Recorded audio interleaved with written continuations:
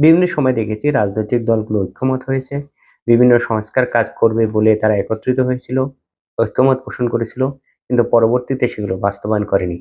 যার ফলে বিভিন্ন সময় স্বৈরতন্ত্র প্রতিষ্ঠিত হয়েছে, ভোটাধিকার হরণ হয়েছে, গুম-খুন হয়েছে, মানবাধিকার লঙ্ঘিত হয়েছে এবং এর পরিপ্রেক্ষিতে জনগণকে বারবার রাস্তায় নামতে হয়েছে, রক্ত দিতে হয়েছে, জীবন দিতে হয়েছে। এইভাবে জনগণের জীবন দেওয়ার মাধ্যমে, রক্ত দেওয়ার মাধ্যমে এই ধরনের দুঃশাসনকে, অপশাসনকে প্রতিহত করতে হয়েছে বা সমাপ্তি ঘটাতে হয়েছে।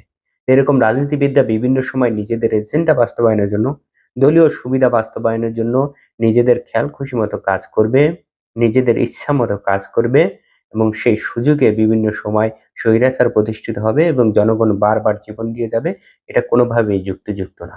এই অবস্থায়ও যদি শুধুমাত্র এই রাজনৈতিক নেতাদের নিজেদের সুবিধার জন্য, নিজেদের রাজনৈতিক এজেন্ডার জন্য, দলীয় রাজনৈতিক এজেন্ডা বাস্তবায়ন করার জন্য তারা যদি জাতীয় স্বার্থকে গুরুত্ব না দেয় এবং সেই সুযোগে যদি আবার দুঃশাসন কায়েম হয়, কোনো লেভেলের কোনো স্তরে স্বৈরশাসন কায়েম হয়, তবে জনগণও তাদের ক্ষমা করবে না।